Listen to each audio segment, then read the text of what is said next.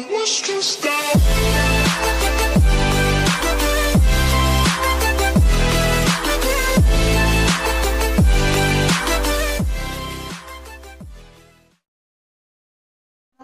warahmatullahi wabarakatuh.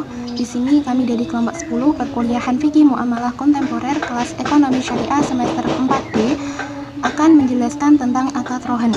Di kelompok kami ada 3 pemateri. Pertama saya sendiri, nama saya Qurratu A'yun NIM 122. Yang kedua ada saudara Arif Triwahyudi, dan yang ketiga ada Ahmad Syarifuddin.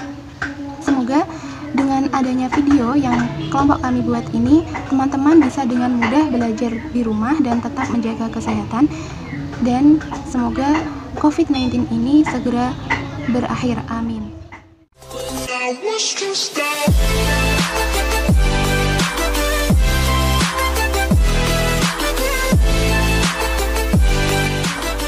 Pengertian akad rohan.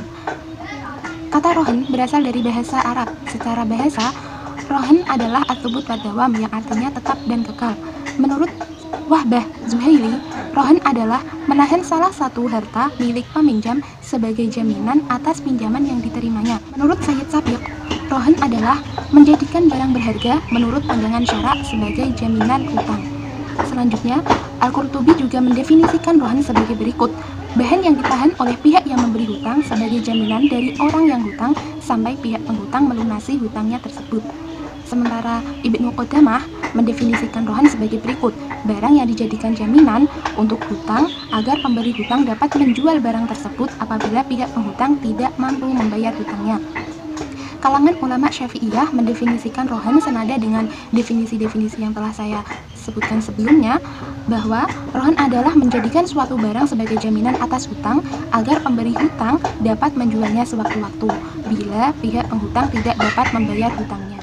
Pasal 20 ayat 14 kompilasi hukum ekonomi syariah mendefinisikan rohan atau gadai adalah penguasaan barang milik peminjam oleh pemberi pinjaman sebagai jaminan.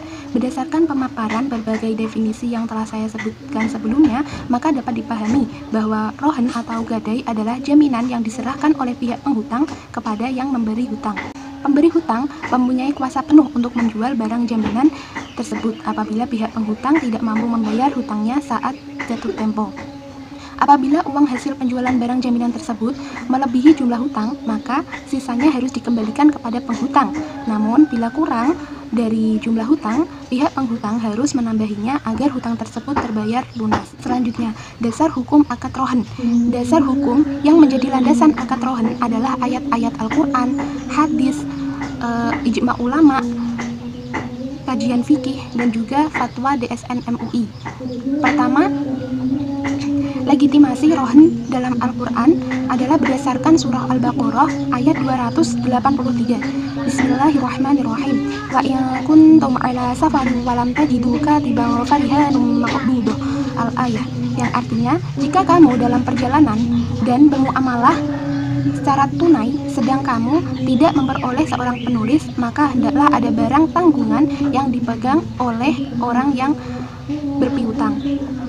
Fungsi barang gadai atau marhun pada ayat yang telah saya bacakan sebelumnya adalah untuk menjaga kepercayaan masing-masing pihak, sehingga penerima gadai atau murtahin meyakini bahwa pemberi gadai atau rohin beriktikad baik untuk mengembalikan pinjamannya atau marhun bih dengan cara menggadaikan barang atau benda yang dimilikinya atau marhun, serta tidak melalaikan jangka waktu pengambilan hutangnya itu. Sekalipun ayat tersebut secara literal mengidentifikasikan bahwa rohan dilakukan oleh seseorang ketika dalam keadaan musafir, hal ini bukan berarti dilarang bila dilakukan oleh orang yang menetap atau bermukim.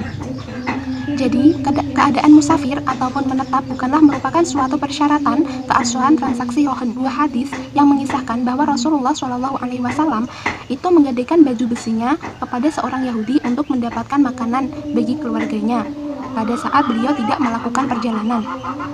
Adapun hadis yang dimaksud adalah hadis dari Sayyidah Aisyah radhiyallahu an yang diriwayatkan oleh Imam Bukhari dan Muslim yang berbunyi, annan Nabiy sallallahu alaihi wasallam ashtara ta'aman min Yahudi ila ajalin wa rahanahu dir'an min hadid. Rasulullah sallallahu alaihi wasallam pernah membeli makanan dari orang Yahudi dengan tempo atau kredit, dan beliau mengagunkan baju besinya. Selanjutnya, ijma ulama. Jamhur ulama menyepakati kebolehan status hukum gadai. Hal tersebut berdasarkan pada kisah Nabi Muhammad SAW yang menggadaikan baju besinya untuk mendapatkan makanan dari seorang Yahudi, seperti hadis yang sudah saya bacakan tadi. Para ulama juga mengambil indikasi dari contoh Nabi Muhammad SAW tersebut ketika beliau beralih dari yang biasanya bertransaksi kepada para sahabat yang kaya kepada seorang Yahudi, bahwa hal ini tidak lebih sebagai sikap Nabi Muhammad SAW yang tidak mau memberatkan para sahabat yang biasanya enggan mengambil ganti ataupun harga yang diberikan oleh Nabi Muhammad kepada mereka. Adapun menurut kaidah fikih, al-aslu fi mu'amalati al-ibahati hatta yadullud dalil ala tahrimiha. Pada dasarnya, segala bentuk muamalah itu boleh dilakukan kecuali ada dalil yang mengharamkannya. Yang terakhir adalah Fatwa Dewan Syariah Nasional.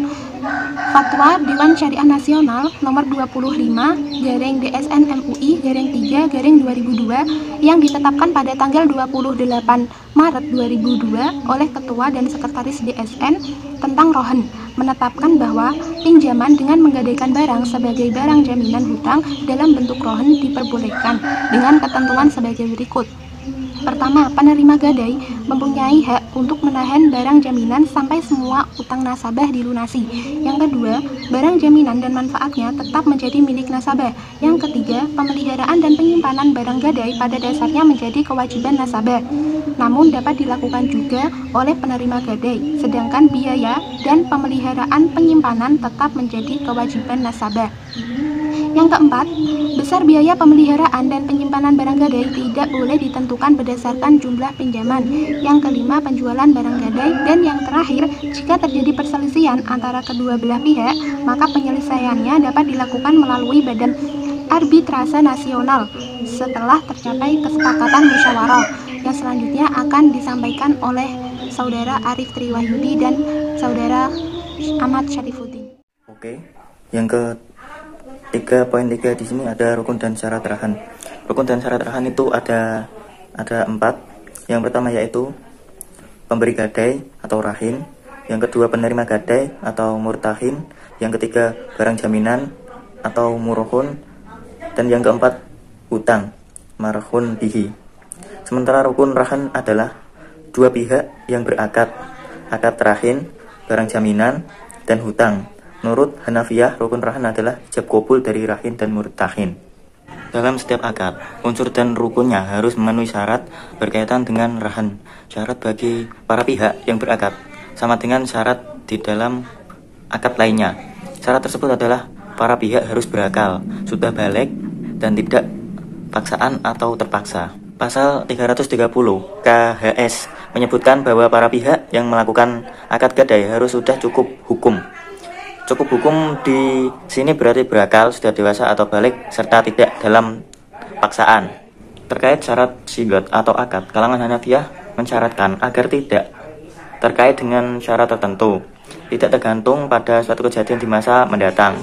Akad rahan yang terkait oleh suatu syarat, misalnya penerima mau melaksanakan akad dengan syarat memberi jaminan atau membeli barang tertentu miliknya.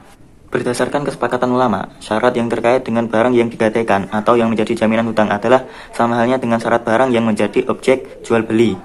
Karena barang jaminan tersebut harus dapat dijual oleh penerima jaminan di saat orang yang menggadaikan tidak mampu membayar hutangnya. Syarat-syarat yang terkait dengan barang yang menjadi objek jual beli adalah: yang pertama, di sini ada barang yang digadaikan harus benar-benar ada dan nyata. Yang kedua, objek transaksi berupa barang yang bernilai halal, dapat dimiliki, dapat disimpan, dan dimanfaatkan sebagaimana mestinya, serta tidak menimbulkan kerusakan. Yang ketiga, barang yang dijadikan objek transaksi merupakan hak milik secara sah kepemilikan sempurna. Yang keempat, sebagai objek harus dapat diserahkan saat transaksi. Selain syarat tadi yang saya sebutkan, ada syarat lagi yang mutlak harus terpenuhi, yaitu barang yang digadaikan harus tahan lama dan tidak mudah rusak, seperti emas, perak, logam mulia, kendaraan, dan seterusnya. Menurut para ulama Hanafiyah, syarat barang yang digadaikan harus barang yang berharga jelas. Berharga jelas dapat diserah terimakan, dapat disimpan tahan lama, terpisah dari barang lainnya, baik benda bergerak maupun tidak, secara lebih rinci. Syarat-syarat ini dapat dijelaskan sebagai berikut. Yang pertama, barang yang digadaikan harus dapat diperjualbelikan. Yang kedua, barang yang digadaikan harus berupa kekayaan yang bernilai. Yang ketiga, barang yang digunakan harus halal digunakan atau dimanfaatkan. Yang keempat, barang harus jelas spesifikasinya, ukuran, jenis, jumlah, kualitas, dan seterusnya. Oke, yang kelima, barang harus memiliki pihak yang mengendalikan secara sempurna. Yang keenam, barang yang digunakan harus menyatu, tidak terpisah-pisah. Yang ketujuh, barang harus tidak ditempeli sesuatu yang tidak ikut digadaikan. Yang terakhir, barang yang digadaikan harus utuh, tidak syah menggadaikan mobil hanya spare part atau separuhnya. Rahan dikatakan sah apabila telah memenuhi rukun dan syarat sebagaimana yang saya jelaskan tadi. Apabila salah satunya rukun atau syarat tidak terpenuhi, maka rahan tidak sah. Rahan merupakan produk penunjang sebagai alternatif pegadaian, terutama untuk membantu nasabah dalam memenuhi kebutuhan insidentilnya yang mendesak. Terkait dengan rahan dalam praktek perbankan syariah, bank tidak menarik apapun, kecuali biaya pemeliharaan dan keamanan atas barang yang digadaikan. Rahan dipakai sebagai produk pelengkap, artinya sebagai akad tambahan terhadap produk lain seperti dalam pembiayaan bai al-murabahah. Alur praktik rahan dalam lembaga keuangan syariah umumnya adalah sebagai berikut. Pertama, nasabah menyerahkan jaminan kepada bank syariah. Jaminan ini berupa barang bergerak. Yang kedua, akad pembiayaan dilaksanakan antara nasabah dan bank syariah tersebut. Yang ketiga, setelah kontrak pembiayaan ditandatangani dan anggunan diterima oleh bank syariah, maka bank syariah mencairkan pembiayaannya. Yang terakhir, 4, rahim atau nasabah melakukan pembayaran kembali ditambah dengan fee yang telah disepakati. Fee ini berasal dari sewa tempat dan biaya untuk pemeliharaan anggunan. Praktik rahan dalam lembaga keuangan syariah dapat disimplifikasikan dalam skema berikut. Melalui bank, nasabah dapat menggunakan barang tertentu yang digadaikan dengan tidak mengurangi nilai dan merusak barang yang digadaikan. Apabila barang yang digadaikan rusak atau cacat, maka nasabah harus bertanggung jawab. Yang kedua, apabila nasabah one prestasi, bank dapat melakukan penjualan barang yang digadaikan atas perintah hakim. Nasabah mempunyai hak untuk menjual barang tersebut dengan seizin bank. Yang terakhir, bila hasil penjualan tersebut lebih kecil dari kewajibannya, nasabah menutupi kekurangannya. Oke, itu saja yang dapat kami sampaikan dari kelompok 10. Terima kasih. Wassalamualaikum warahmatullahi wabarakatuh. Stay safe di rumah aja.